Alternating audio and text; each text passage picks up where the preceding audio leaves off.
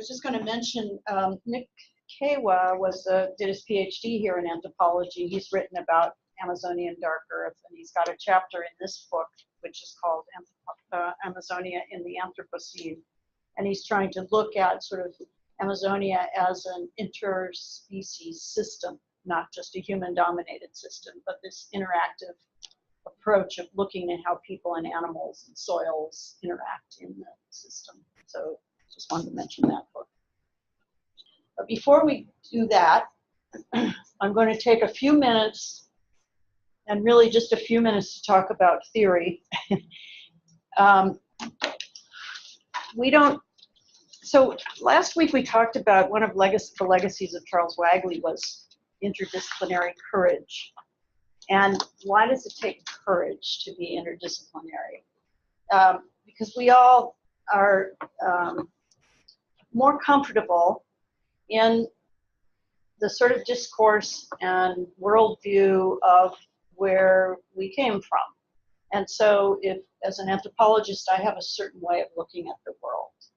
And it's, when we first started the TCD program, we had some faculty who were biologists and some were social scientists, and we wanted to work together, but we had no idea how to do that.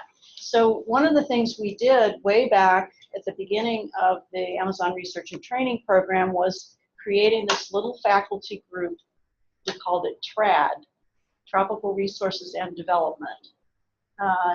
And we met together periodically, like once a month, and someone would present some work they were doing that was beyond their disciplinary comfort zone. And then we would get feedback from each other, and we always had a bottle of wine there with us. And we didn't even invite graduate students because we were too embarrassed. We didn't feel like we knew what we were doing. But this little group actually was very important in building kind of a relationship of understanding between us, so that we could actually see what a biologist might contribute to my student's dissertation and vice versa. And it allowed us to sort of understand how different some of these fields are and begin to appreciate how they might fit together. So we discovered that even theory means something different to people in different fields. Methods are completely different. So the biologists tended to be much more focused on a hypothesis testing, what I would call reductionist approach. The more you can control what you're looking at, the more you're able to draw conclusions. Social scientists can't do that. Why can't we do that? We can't do controlled trials with people. We can't do it, and we shouldn't do it. So theory in social sciences is more about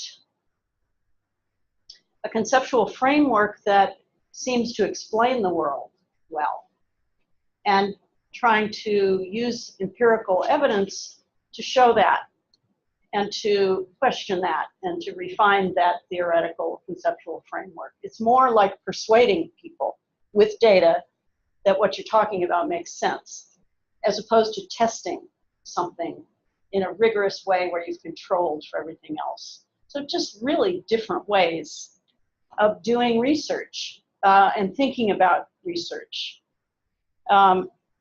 And so I want to give you a little bit of a sense of how we've tried to use theory and concepts in the TCD program, where we have a classroom like this. We have no common basis in theory or method. And we've tried to do that by focusing more on concepts and problems and topics, and then bringing different viewpoints to that. In social sciences, there's some big divides in the way people think. So one of them is in thinking about social change. Theories of social change can often have a sort of evolutionary thrust, a sort of linear idea. Development, for example, is often talked about in terms of more developed and less developed. So you have a linear process. Some countries are farther along than others. But other theories focus not on that sort of linear way of thinking, but on conflict and contradiction. So actually things don't move smoothly in a line. They are more likely to be changed by things that happen in history. And this is why history becomes really important, because what happened before is going to help determine what's possible in the future. So these are really big questions. And another big divide in social sciences is, to what extent is human behavior driven by what's in people's heads and how they think and how they see the world, or by the material conditions they live in? Whether you're rich or poor, whether you're black or white, whether you're in Europe or South America. So there's this sort of material versus ideal paradigms that people talk about.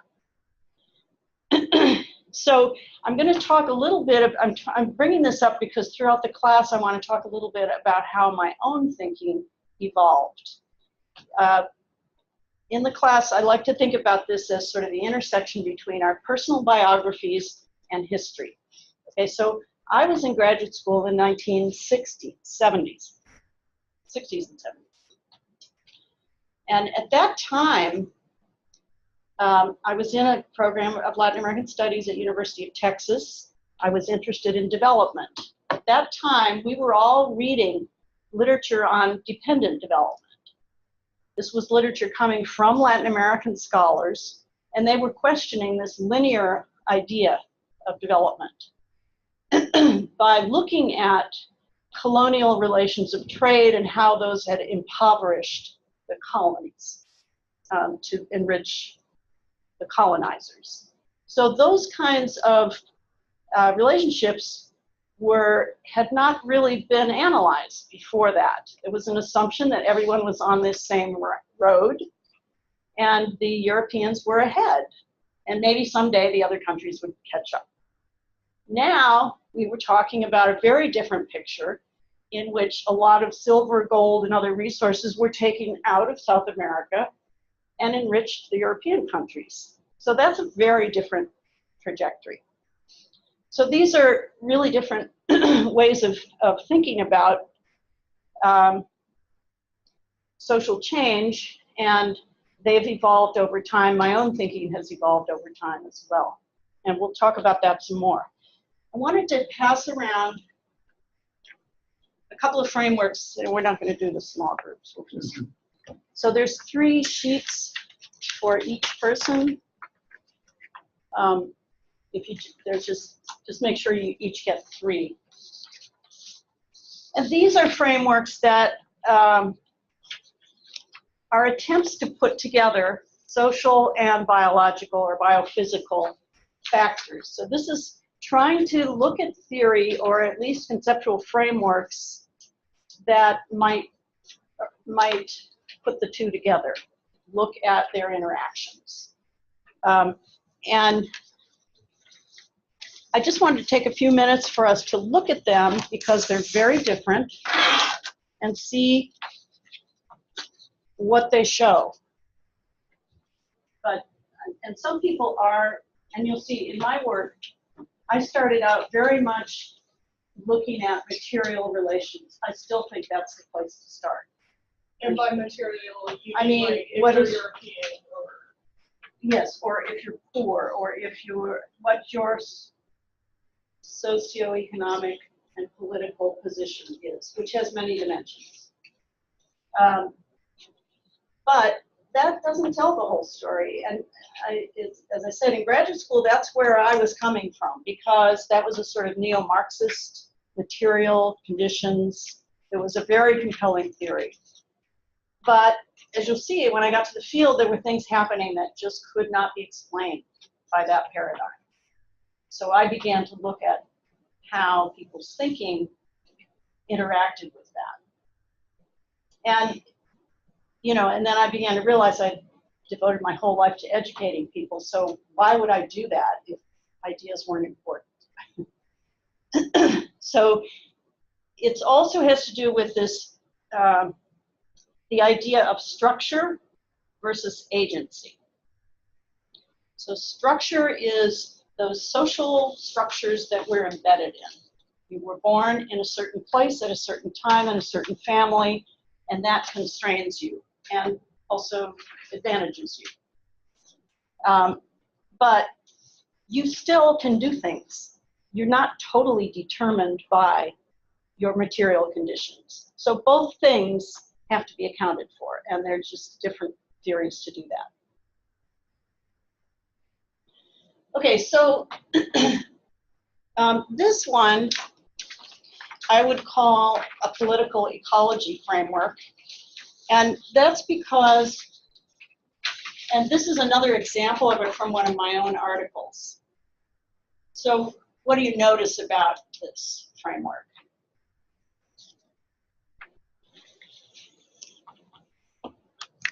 Anything? First thing I noticed is that the kinship networks and community networks are like the very middle of the dynamic. Okay.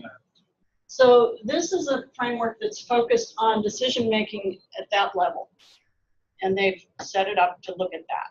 So the presumption here is that the land user or the farm user, that's the main focus. Anything else? It's hierarchical. It's hierarchical. So you've got different levels of determination. The more proximate, the more distant, and they're interacting. And it's also got biophysical and socioeconomic drivers. So those are interacting at different levels. And this is what a political ecology framework, which is one that I like it because it does have this ability to look across scales. It doesn't just look at one problem without understanding that it's nested in a bigger set. There are other things beyond the parameters of that problem that are influencing it. And the same thing here. This is an analysis I did of deforestation, and it's got household, community, regional, local, very similar. And actually, this was my advisor, a book he wrote. So look at how much he influenced me, even though he was looking at something else, which was societal development by capturing energy, greater amounts of energy. But it's still a very similar kind of model. I didn't even make this connection until recently.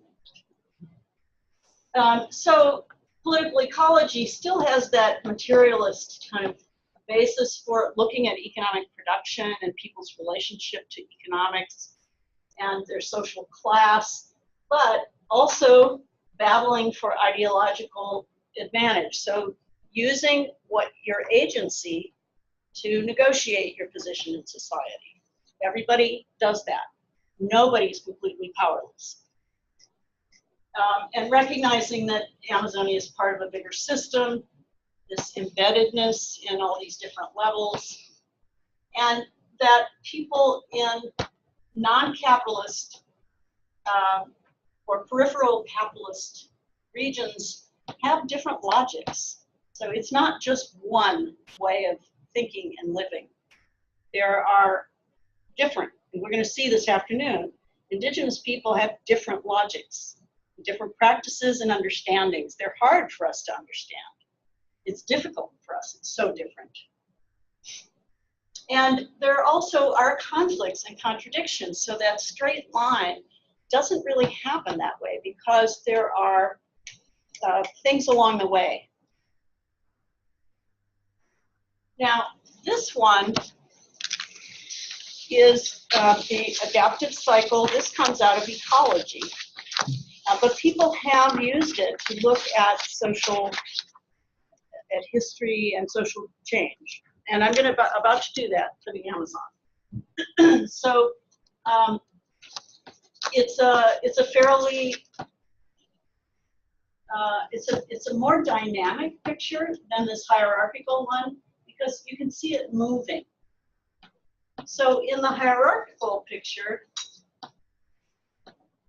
it's hard to tell what causes something. It's just static. It's just a kind of snapshot. But a framework like this, there's a lot of movement there. So things change in a predictable way, according to this framework, which I find intriguing because it gives you a way to talk about unexpected things. And they also talk about different levels. So this is going on at different levels, and that's feeding up and feeding down. So they do build in the hierarchical nature. I'm going through this really quickly, but I'll put this on the website and you can look at it later. And you know, they have different things that can happen along the way, different unexpected things. So this is a fairly well elaborated, it's not very often empirically applied, but that's what I'm about to do. So I want to talk about adaptive cycles in Amazonian history, and I'm just going to show you what I came up with using this. So here we have the first phase would be, I don't have the indigenous pre-Columbian phase up here because I don't know what it looked like. But this one, it starts with the rubber boom. And so we have a beginning phase of expansion and massive in-migration to tap rubber. Then during the war, Asian production, or before the war, at the end of the rubber boom, the bust came because of Asian production in plantations, much more productive than in Brazil. And so there was a crash. Crash of the market, abandonment, many people moved out or moved to the cities. And then you had national policies kicked in to try to develop other activities in the region. And that led to a more diversified extractivism using other forest products besides just rubber. After the rubber boom, you had the expansion of national markets. So now they're producing jute and they're producing other things. In the World War II, there was a new rubber boom for a brief period when the Asian markets were blockaded. And that brought a whole other generation of people into the region to tap rubber. But again, that was only short-lived. And so there was an abandonment in the post-war period. Population dropped again. And those people who had migrated in now became a more diversified peasantry. So these are people who are not just connected to rubber, and they're beginning to develop their own indigenous communities, traditional communities, Amazonian communities, but these were originally migrants. Under the military, there was a new phase of very aggressive development policies, and I'll talk more about this next week. And the expansion of the Brazilian frontier into the region and migration. And this led to deforestation. It led to land conflicts between migrants and ranchers and loggers and miners. And we'll talk about that in a couple of weeks in great detail. And during this period, the social movements began, such as the rubber tappers movement led by Chico Mendes that we'll talk about. In response to all these pressures on the region and on the communities that were sort of invisible there.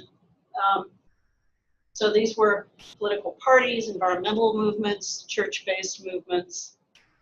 And this led to something called socio-environmentalism in Brazil around the 1990s. Started with the Chico Mendes ideas for extractive reserves. But this idea of not just looking at environment, but looking at environment and people together, that was a kind of a unique perspective in Brazil. And it's now spread to many parts of the world.